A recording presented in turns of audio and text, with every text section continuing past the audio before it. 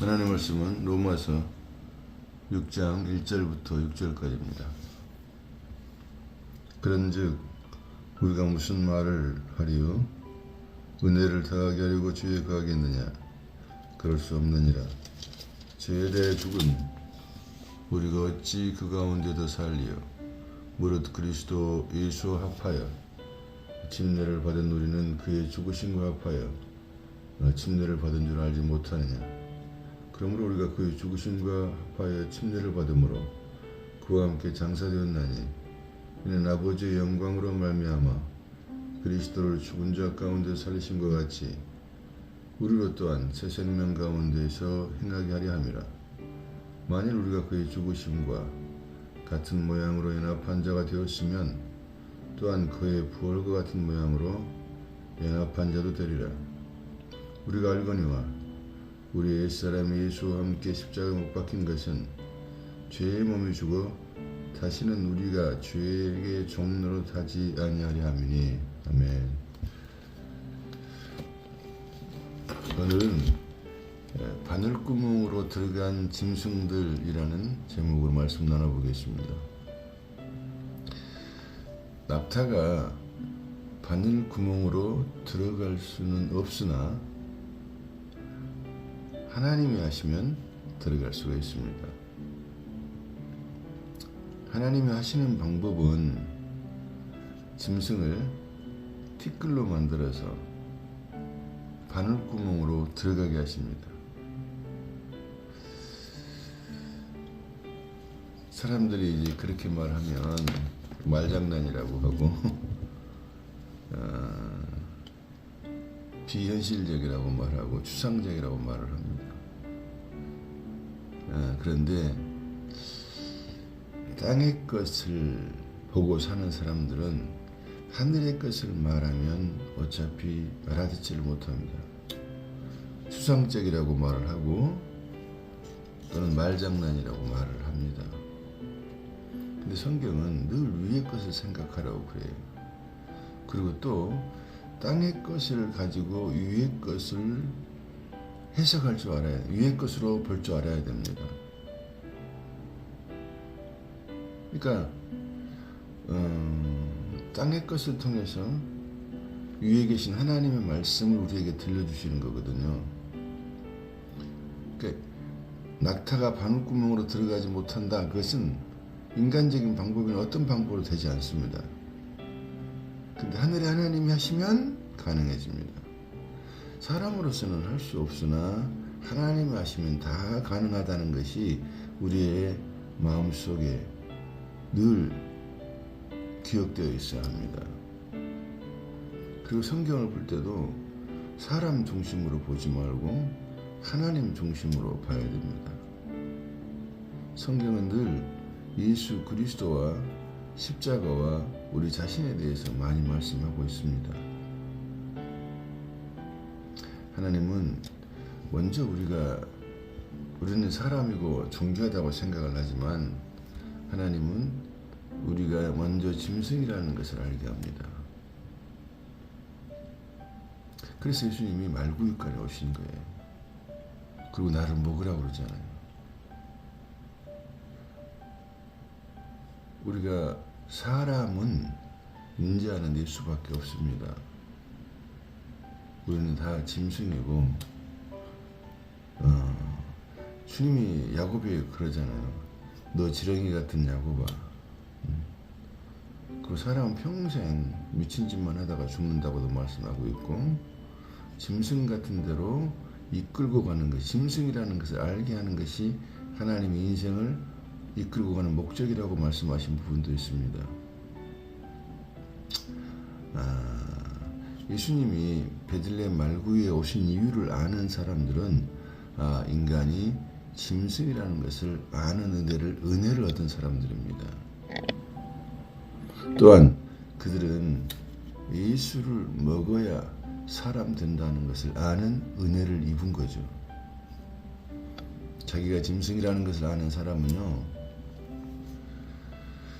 자기가 사람이 아니고 짐승이요 마귀 새끼라는 고백이 있게 됩니다. 참 사람들이 듣기 싫어하는 말이죠. 근데 그냥 봐보세요. 짐승하고 별 차이점이 없습니다. 뭐 차이점을 두려면 여러 가지 둘 수 있겠지만 또 유사한 것이 너무나 많잖아요. 어떤 때는 짐승보다 더 험악할 때도 있잖아요. 이런 내가 사도 바울도 그랬잖아요. 자기를 죄인 중에 괴수라고 고백하게 돼요. 마지막까지. 마지막에 가서 처음에는 적은 자 중에 적은 자고 그 다음에 죄인이라고 말하고 마지막 가서는 죄인 중에 괴수라고 말을 하잖아요. 주님이 우리를 그렇게 이끌고 가는 거예요. 죄인 중에 괴수라는 건 무슨 말이에요? 우리가 마귀 새끼라 그 말이에요. 선악과를 따먹는 이유로 인간은 죄가 들어왔고 죄는 아주 마귀 같은 짓을 합니다. 사람들 죽이고 해치하고 막 그런 거 보면 짐승도 저렇게 안 한다 싶을 때가 있잖아요. 저 완전히 마귀야. 우리가 많은 뉴스를 접하면서 그런 생각 들 때가 있지 않습니까? 정말 우리가 죄인 중에 괴수라는 고백이 있는 곳에 심판밖에 없잖아요. 정말 심판이 있다는 건 뭐예요? 불태워짐이 있다는 거죠. 불태워지면 뭐가 남아요? 티끌만 남죠. 그 티끌이 남을 때 바늘구멍으로 티끌이 들어가게 됩니다. 성령의 바람을 타고 바늘구멍으로 들어가는 거예요. 그 사실은 날마다 성령 우리를 다루시고 심판하시고 죽이시는 작업을 하셔요. 그래서 예수님 말씀하시잖아요. 날마다 자기를 부인하며 자기 십자가를 지는 자라야 나의 제자가 될 수 있다고 그랬어요. 그러니까 그리스도인의 삶이 쉽지 않죠. 우리는 날마다 자기를 부인하며 십자가 지는 삶을 살아야 합니다. 갈수록 나는 쇠해야 하고 예수가 흥하게 될 때 나는 티끌처럼 적어져서 바늘구멍으로 들어가게 됩니다. 나를 자랑하지 않고 예수만 자랑할 때 나는 티끌처럼 되는 거예요. 예수님만이 부활하시고 벽을 통과하셨어요. 불가능을 가능케 하신다 그 말입니다.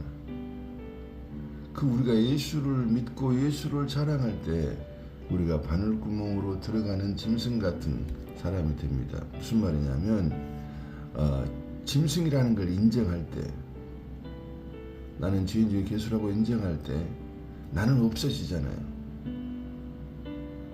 그리고 예수의 새로움으로 더해져서 그 바늘구멍으로 천국으로 들어갈 수 있다 그 말입니다.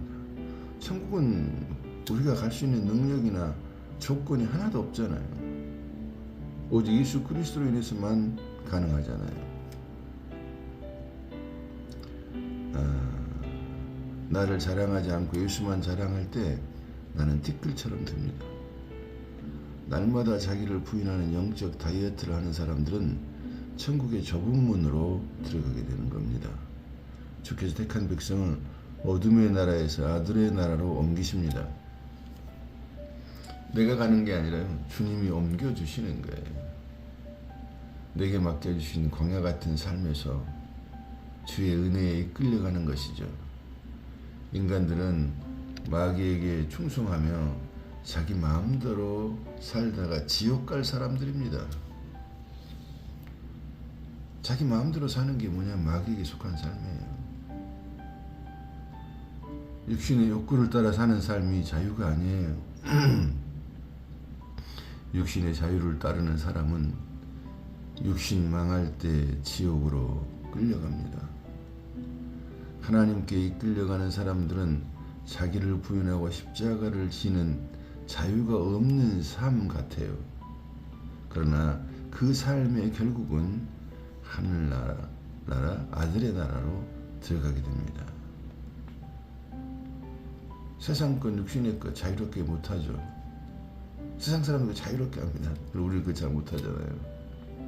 때로는 하다가도 주님 앞에 다루심 받고 두들김 받고 돌이키는 거죠. 그래서 쉽지는 않지만 주님 안에서 물고기가 물 안에서 참 자유를 누리는 것처럼요, 우리가 주님 안에서 자유를 누리게 되어 있습니다.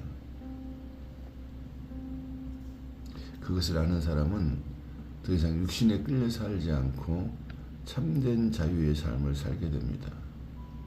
육신, 세상, 율법, 마귀로부터 자유하게 된다 그 말입니다.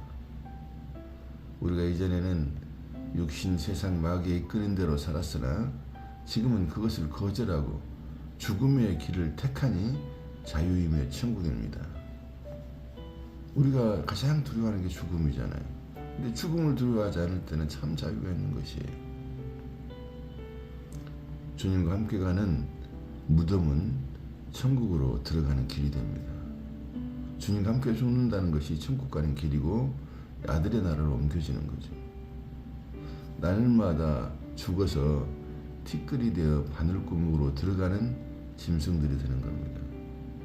자기를 짐승이라고 고백한 사람, 그래서 난 주님의 은혜가 아니면 안 됩니다고 하는 사람들이 바늘구멍으로 들어갑니다.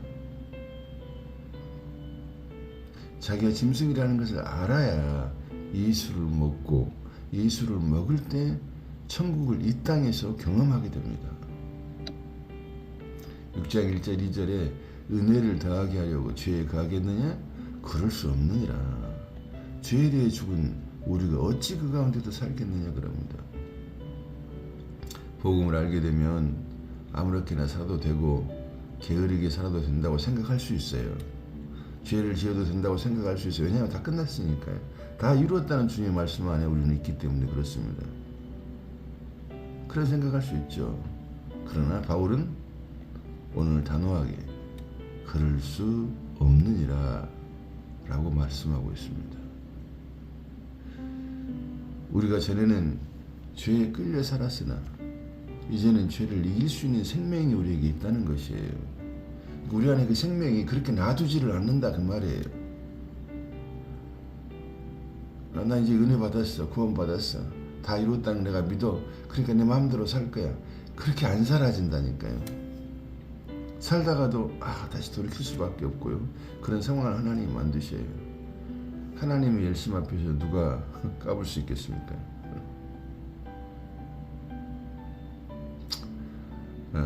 우리가 전에는 죄에 끌려서 살았으나 이제는 죄를 이길 수 있는 생명이 있다는 것이에요.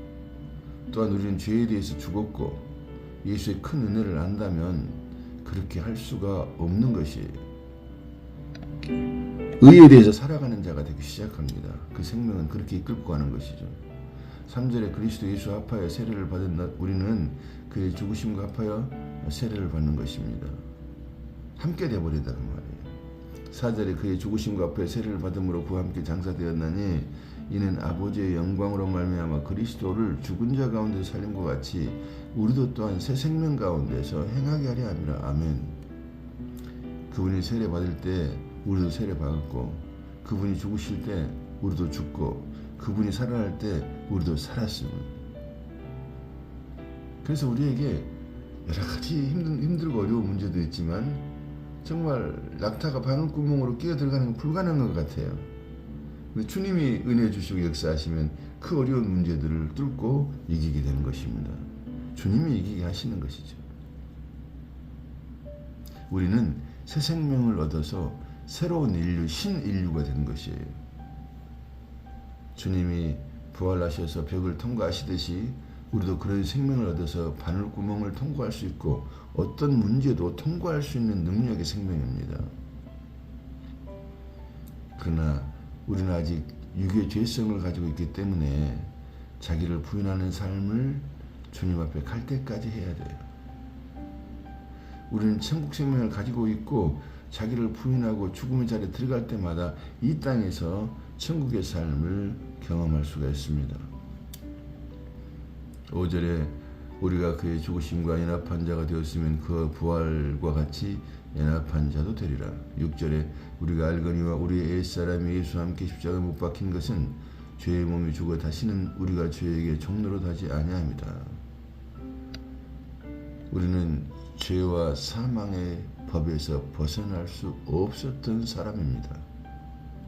그러나 이제는 생명의 성령의 법이 역사하면서 더 이상 죄에 끌려다니지 않을 수 있습니다. 그 생명 안에서는 우리가 정말 자유롭고 승리할 수 있어요.